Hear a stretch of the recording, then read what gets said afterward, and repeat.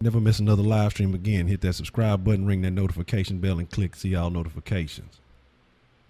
What's the motherfucking deal, Sauce Nation? It's your boy Ed Honcho, and this is a Sauce Sports special. If you're not familiar with Sauce Sports is a Houston, Texas homer channel. So we're talking about all sports, but only Houston. So that means if we're talking collegiate, amateur, semi-pro, professional, if it's H-Town related, you know what I'm saying, we go splash some sauce on it. That's the way we do it. That's how we get out. But let's just get in it to win it. We talking about these motherfucking Rockets. We talking about this damn Carmelo trade situation still. And I don't understand why we still talking about this shit. This shit should have been over and done with. Fucking Boston and Cleveland and changed the dynamic of the East and made a major trade. And honestly, I don't think that trade was shit. And everybody else making moves, but these goddamn Knicks are still bullshitting. So anyway, to me, it would be optimal for the Knicks to go ahead and bust a move. I know there's several factors. Okay, they don't want to take on Ryan Anderson's contract. That's understood. That's completely understood. But I think it's just as detrimental as it is for the Knicks as it is optimal for the Rockets for this trade to get done. And I'm saying not detrimental for them to get the trade done. It's detrimental for them to keep Carmelo as it is optimal for us to get this trade done. Because like I said, you got a lot of young guys in that locker room, many of whom probably grew up watching Carmelo, feel like he could be an influence. Like I say, there's a lot of things these players play for these teams. They realize this is a business when it comes down to it.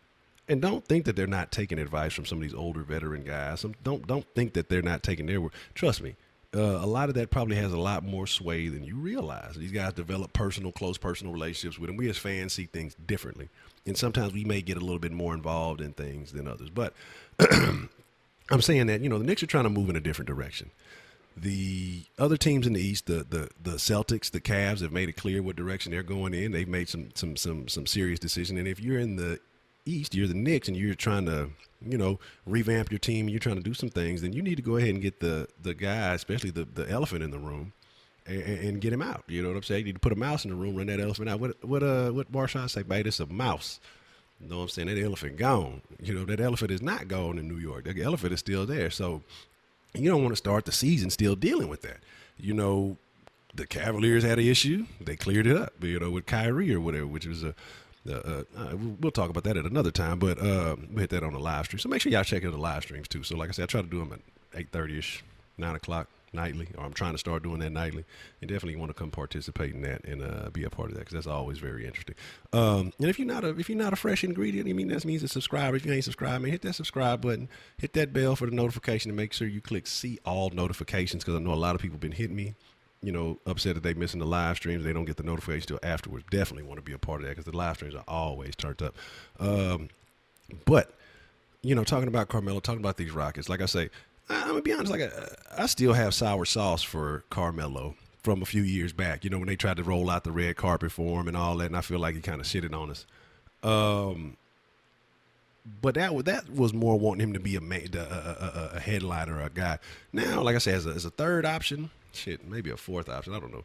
As a third option, that's definitely an asset. So that's definitely a viable asset. And like I say, we need another asset to me for that CP3 trade to be validated, because I've told y'all before that, I don't feel like that move in itself was that great.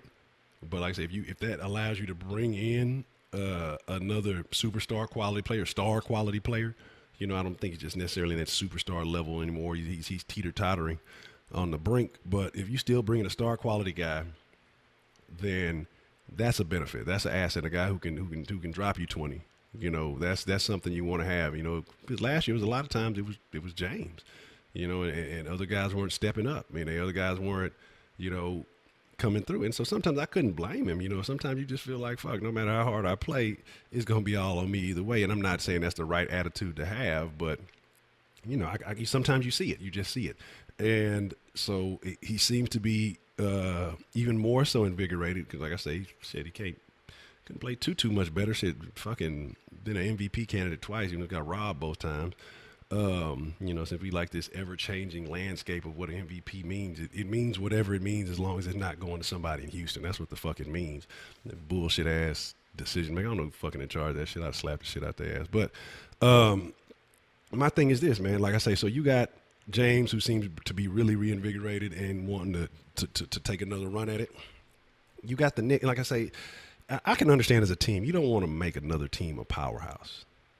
But the Knicks, they got to worry about getting out the East first and foremost. You got to worry about getting this guy who's a big name off of your roster, because that's going to always be the topic of conversation. It doesn't matter what the other guys do. It doesn't matter.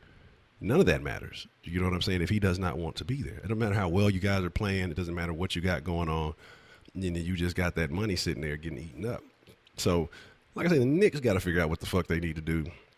And like I said, I know it'll be hard to deal with that Ryan Anderson contract, but it'd be better to be spending that kind of money on a player who wants to be there, wants to contribute to your team, as opposed to a guy who's trying to do whatever it takes to get out and only go to one destination. And so I think the Knicks need to cut their losses and just and make the move, because to me, now, of course, as a Houston fan, that sounds ideal. But to me, I mean, it's just you got a veteran, a star veteran guy. You're trying to mold this young guy into the next star for your team, the face of the franchise. And the real face, like I say, whether you want him to be the face or not, because he is who he is, it's going to be breaking shit down. I mean, it's going to make it hard. It's going to be some tension in that locker room. It's going to be tension on the court. It's going to be an issue. It's going to be a real issue. And so I think for the Knicks, you just got to get that move made. I don't know how you do it. I don't know what you go about doing it. You got to find another team. But I think the Knicks should be pushing even harder to get him off their rosters than the Rockets are to trade for. You know what I mean? Because I look at it like this. And I think that Kyrie trade has some significance, because now you're looking at next year. And, everybody's already talking about it. Well, LeBron's going to bolt. He's going to go to the Lakers. Or he's going to go here, go there. I don't know. I mean, that could open up a viable option for him to be interested in coming to Houston. Depending on, I think for LeBron, it's going to come all the way down to what happens this year in the finals, because he's going to go to the finals again. Kyrie's not going to do shit in Boston. Like I say, what can he do that Isaiah Thomas didn't do? And everybody's saying, oh, well, maybe they're better without him. Without Isaiah Thomas, you fucking crazy, dog. You got him there. You know what I'm saying? But Celtics wouldn't have been shit without him. And, he got injured and they found their little groove. But like I said, I think Kyrie's going to get exposed and real bad, because, like I say, when playing with LeBron, you get to cover up a lot of your deficiencies, because people are going to pay attention more so to what LeBron did or didn't do, not necessarily you. But like I said, I think he's going to get exposed, and then you're going to have to see LeBron. You're not finna beat him. He's going to come with fire, fury, and vengeance, and he's going to bust that ass. So, like I say, he's saying all the right shit now. But so, like I say, that's another problem. Those are another problem that the Knicks need to be focused on dealing with. Like I say, trying to figure out how to go against those guys. And Ryan Anderson would be great to have a shooter in addition to some of the other guys. I don't know everybody who's on there. I have to go back and check. But so, like I say, I'd like to see this deal get done. I'm tired of waiting. But then you almost figure like, well, is it going to get done? Is it not? Should we move on? Should we be directing our attention elsewhere? But I mean, where else is there to direct your attention? What other things could happen? Because like I say, that Celtics thing was definitely unexpected with the Cavs. So anything else could happen. Anything can happen. And then we talk about the Magic Man Morey. You know what I'm saying? He always stirring up some sauce, so he could definitely pull a rabbit out the hat. So I don't know. Like I say, we just got to stay tuned. But I'd really be ready for this to be over with. I'm ready to figure out, what is the face of our team? What are we looking like? And what are we going to do going into next year? So that's the ideal situation, is hopefully we can get this shit done. The Knicks need to be looking at that and saying, okay, well, these other teams, they're making some major moves. They're doing some things, and we got to compete with these guys. We need to go ahead and clear the dead weight and get our heads straight. So I don't know. But like I said, with that being said, it's your boy, Honcho. If y'all can catch me, y'all want to catch the Sauce Socials, you can catch me on Sauce Sports on Twitter, Sauce Sports HTX. If y'all just want those dripping HTOWN flavor sports takes, go to Facebook, facebook.com/Sauce Sports. Give me a like. I think we got like 95. Trying to get to 100 on that.